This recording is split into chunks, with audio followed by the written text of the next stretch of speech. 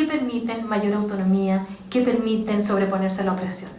Para todas, en el caso de estas novelas, del estudio de estas novelas, han mostrado cómo los espacios domésticos valoran en tanto se relacionan con un mundo más amplio y más salvaje que encuentra su configuración identitaria en la ciudad.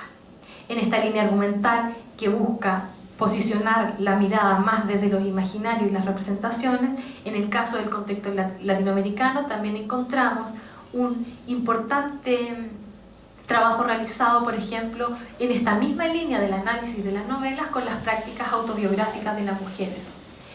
Escritos mestizos, bilingües, de escritoras chicanas, centroamericanas y latinas en general, han mostrado cómo los recuerdos agradables y dolorosos vinculados al lugar dan cuenta del carácter simbólico del espacio. Inclusive podemos pensar que hay muchos significados que son estratégicos para pensar el cruce entre identidad y espacio.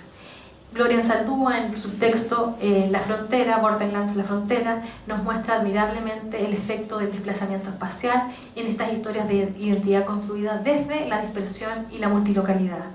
En este sentido, las narraciones autobiográficas de las mujeres se caracterizan por complejas interacciones entre lenguaje, historia y lugar. Despliegan una política de la localización que es múltiple, reescriben los espacios domésticos, los hábitats y sus propias ciudades de origen, los barrios donde crecieron, las fronteras que se establecían, connotando cómo procesos de exclusión y marginalidad dan una especie particular de especificidad del yo que implica espacializar dos culturas, dos ciudades, dos territorios e incluso dos países. De esta forma se produce una narrativa que toma la diáspora como un lugar de producción. De esta forma estamos pensando cómo, desde estos dos ejemplos literarios, empezamos a pensar que la ciudad va más allá de esa contención material. La subjetividad, se modifican ideas sobre la identidad y se cuestionan narrativas unitarias sobre género, nación y etnia. El cuerpo en este contexto se convierte en un espacio urbano de afirmación y confrontación, un espacio de memoria, un espacio de huellas, un espacio de ruptura y de transgresión. En esta también línea de preocupación imaginaria han habido una serie de preocupaciones, sobre todo en esta última década y yo diría en estos últimos años, sobre la idea del miedo y de la violencia como uno de los principales imaginarios que permiten acercarse al orden urbano. Pareciera ser que ciudad y violencia hoy son casi sinónimos. Sobre todo en un contexto como el mexicano, la verdad es que los estudios sobre la ciudad que acercan más bien a la ciudad, al miedo y a la violencia han sido, dentro de los estudios urbanos, uno de los ámbitos de mayor producción en estos últimos años. Y en ese sentido, eso ha sido interesante porque la verdad es que cuando se piensa el miedo y la violencia, no necesariamente se piensa en términos, la violencia urbana se piensa en términos de género. Y efectivamente la inseguridad y sus discursos se han integrado con tal presencia en nuestra vida cotidiana que pareciera ser que la ciudad asume el rostro inevitable de la violencia. Ciudad y violencia, dice Rosana Reguillo, se han convertido en sinónimos, en imaginarios indisociables, en palabras intercambiadas. Lo significativo aquí es que han salido investigaciones que muestran cómo el miedo y la violencia tienen componentes específicos de género. Ya no solo pensaba la violencia como el fenómeno de la violencia doméstica o de la violencia intrafamiliar, sino como la violencia urbana tiene claras connotaciones de género. Pues el temor y el miedo son claramente diferenciables. La mayor vulnerabilidad de las mujeres dentro de los espacios públicos es y se construye en función del temor a aquellas agresiones sexuales que pueden darse en esos espacios públicos. Lo que podemos afirmar, y esto es una de las líneas de investigación que he estado desarrollando estos últimos años en la Ciudad de México, es que hay una estrecha relación entre el miedo y el sentido del lugar. Hemos investigado qué connotaciones espaciales tienen esos temores, dónde se encuentran esos temores, esos miedos urbanos, y hemos visto que la noción de espacio es una de las más claras para definir cómo se da esa relación entre miedo y ciudad. Hay dos supuestos en principio que pareciera ser que no se cumplen, y es que habría un desajuste entre los lugares del miedo y los lugares de la violencia.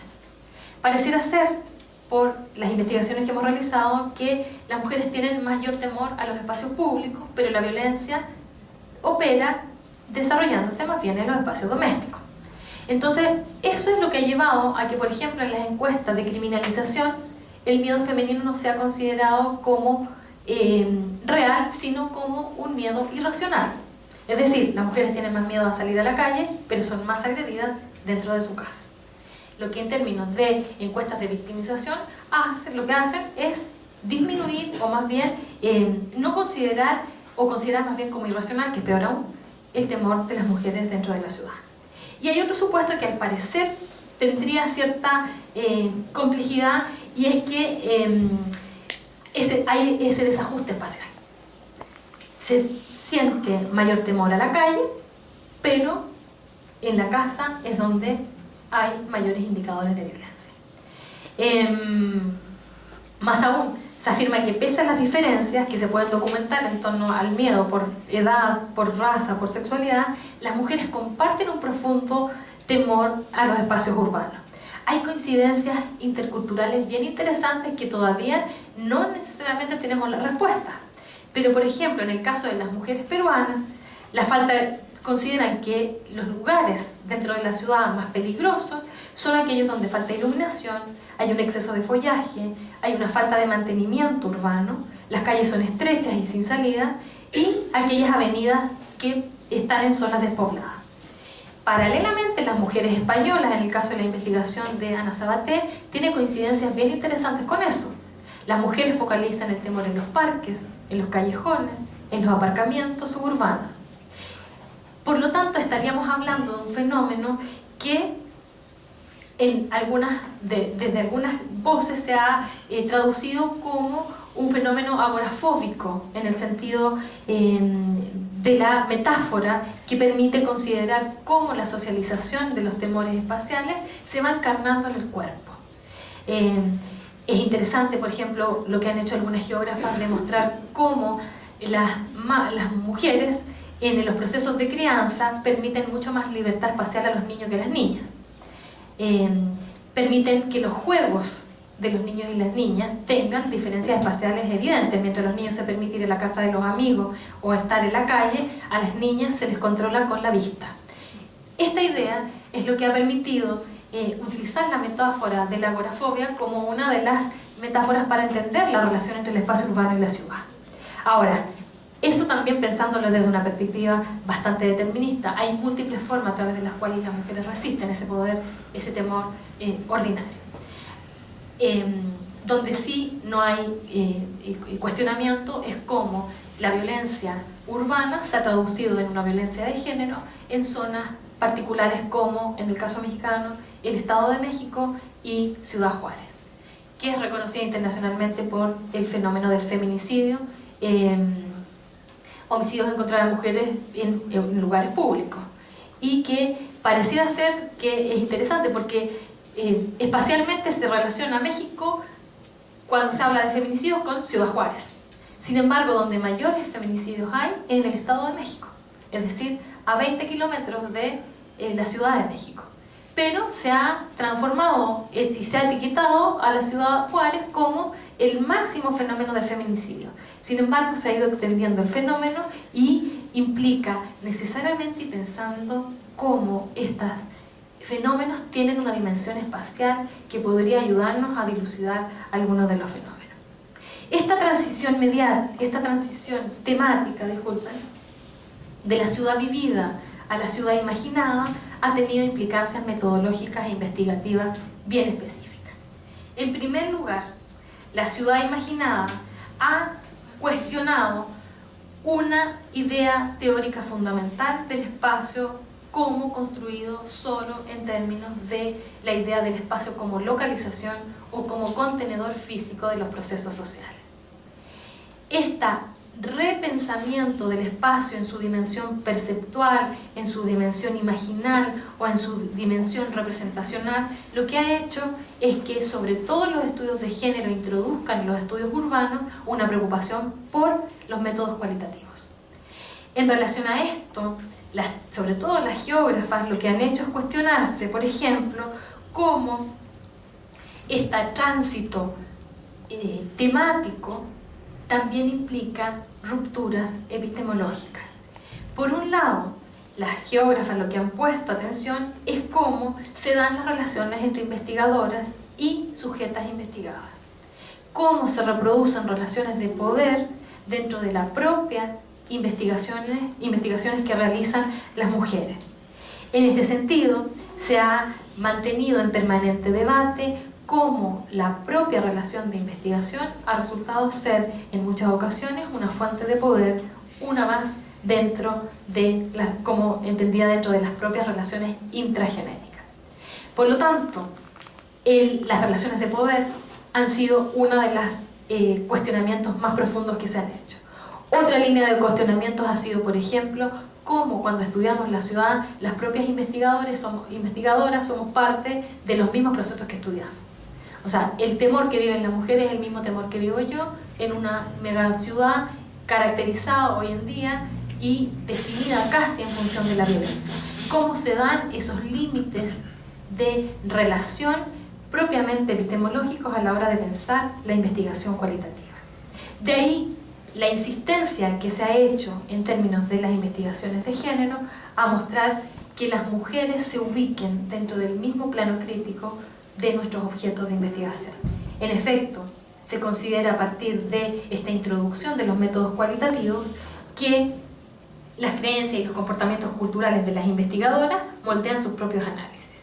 En otra dimensión metodológica también se ha buscado analizar cómo un elemento fundamental como la representación o la ciudad imaginada ha sido inevitablemente o ha llevado inevitablemente a nuevas formas de investigar, o más bien a nuevos métodos, si somos más precisos, de acercamiento a la realidad. El cine, la fotografía, las obras literarias que recién yo mencionaba, los medios de comunicación, el análisis textual y visual, ha permitido configurar nuevos objetos, pero también nuevos métodos para aproximarnos a la investigación urbana. Y en tercer lugar, otra implicación metodológica ha sido que frente a este cuestionamiento de las grandes teorías o a la idea del espacio como el espacio contenedor físico,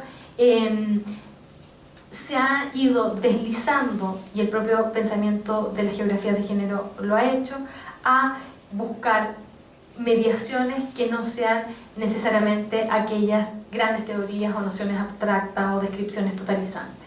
Eso ha implicado ir mostrando sujetos, quizás no nuevos, pero sí en términos de ver cómo la relación, por ejemplo, entre el espacio y la ciudad también afecta a los niños y a las niñas. La relación entre el espacio y la ciudad, cómo afecta a la condición homosexual. La relación entre el espacio y la ciudad también afecta a las mujeres indígenas dentro de la urbe. En ese sentido aparecen no nuevos sujetos, pero sí cruces de categorías sociales a través de los cuales pensábamos los procesos sociales. La idea, desde mi perspectiva, la idea de espacio paradójico es lo que muestra un poco esta condición más multidimensional que tiene la espacialidad. Hoy yo estoy interesada y me he orientado a dos temas centrales dentro de la investigación urbana. Uno, al miedo a la violencia, que ha sido uno de los temas que hemos realizado a partir de trabajo